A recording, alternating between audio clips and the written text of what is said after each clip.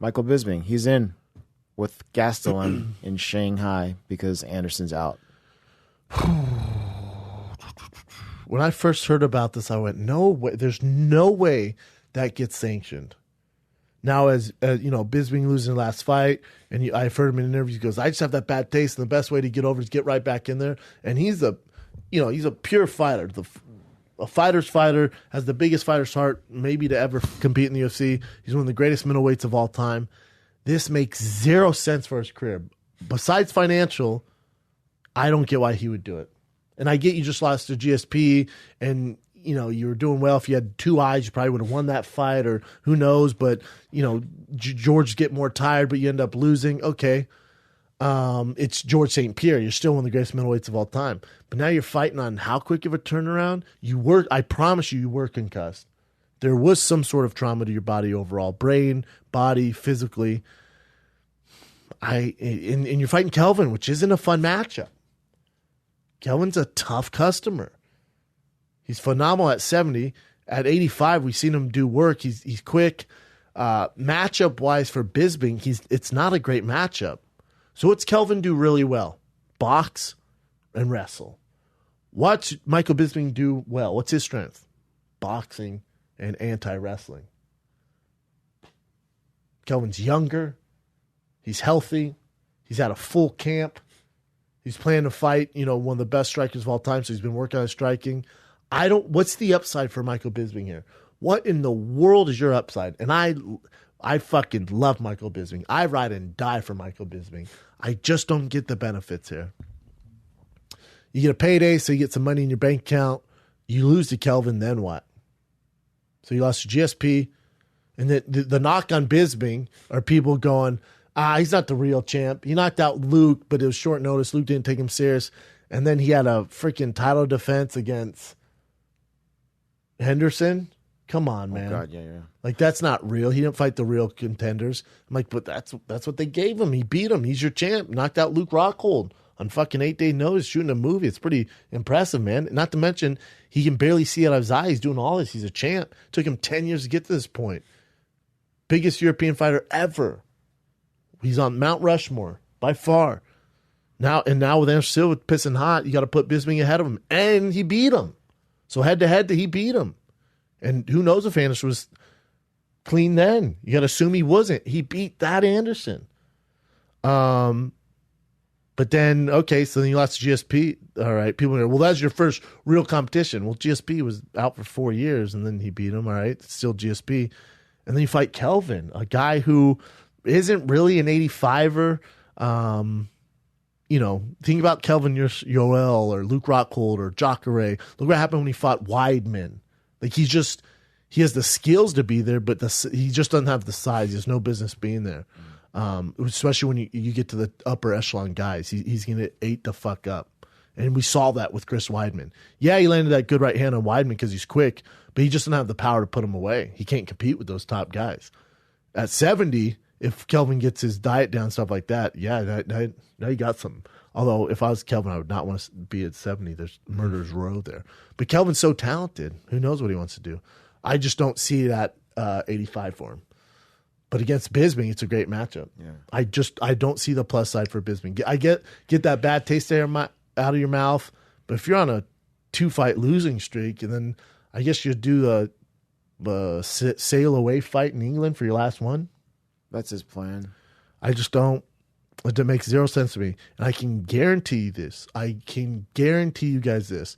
If this fight was in the States, he would not be fighting. I promise you, no commission would clear him to fight. Not happening. The UFC can say whatever they want. Oh, we saw the doctors. They said his brain's good, even though we can't really detect CTE or brain trauma. Oh, they say his body's fine, this. I get all that. I watched him get starched by a left hook and then choke the fuck out unconscious. And you have him fight a little bit later? That's crazy. No commission's going to clear him. The only way this happens if it's in fucking China. And that's what's happening. Try not to cuss, but yeah, you're in China. There you go. It's silly, really. I just don't get it. And I love Bisping. I just don't want to see him go out like this. What happens if he goes in and gets knocked out in the first round? That's the biggest worry. He was definitely concussed. I mean, It, got 110% he was concussed. 110% his brain suffered some serious trauma that night. That left hook that sat him on his ass, that would be brain trauma. Well, he wasn't flatlined, bro. Nope, but the oxygen was cut off to his brain when he got choked out. That none of that stuff is healthy. You need time to recover. The body needs time to recover. I don't think it's a very smart move career-wise. But Bisping's Bisping, and he's going to fight, but his coaches and the UFC think it's smart, and I totally disagree with it. Will I watch it? Hell yeah. Am I rooting for Bisping? Fuck yes. I do not want him to go out on 2-fight losing streak. It's just not a smart fight for him. Stylistically, timing, all above. Hope he wins, though. I'm rooting for him. And it's nothing against Kelvin. Kelvin's young. He has his whole career ahead of him. He's going to go on and do great things. But for Bisping, where he's at, God, I hope it works out. I hope it was a smart move. Because you lose to number 9, now where's Bisping? And it's number 9, not even a real middleweight. Then where do you go in the rankings? You're going to retire at what, top 15?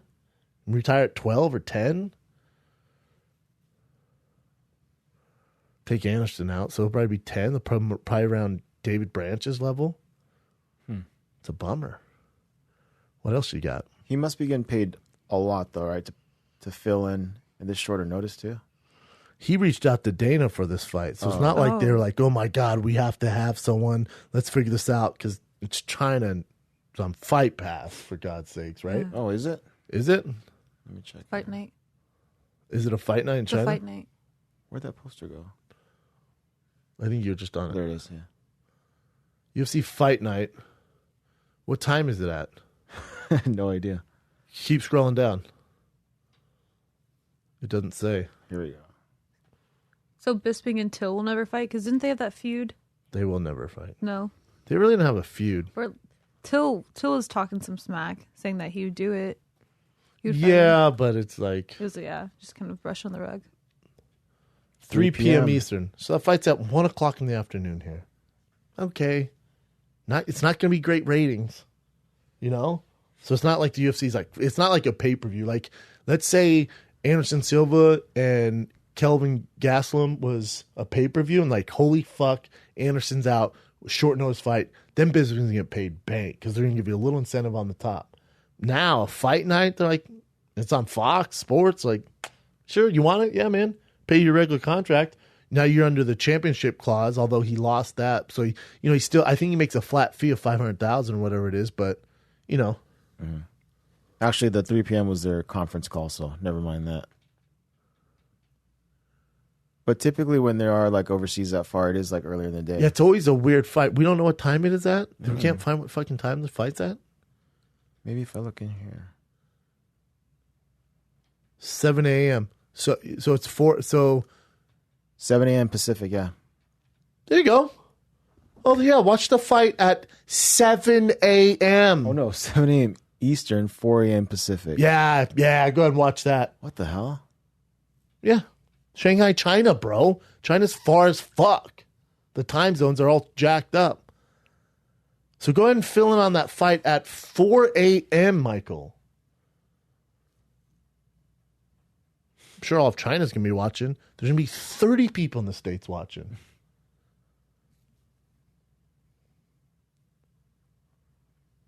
I'll record it. Well, of course I'm going to watch it. It's a fun card. But damn, 4 a.m. I don't think they've ever done that, right? Not Yeah, that I they have. remember. They've done that before. 4 a.m.? Yeah. Damn. So that's why they're not like, oh, yeah, Bisping, you saved the day. Let's give you $1 million bonus for taking this fight. No, not at all. Yeah, you want it? Go ahead. It's in China. You're fighting at 4 a.m. But by the time he fights, let's say it's 2 hours. So, all right, he might fight around 6 a.m. here, 5:30 a.m. here.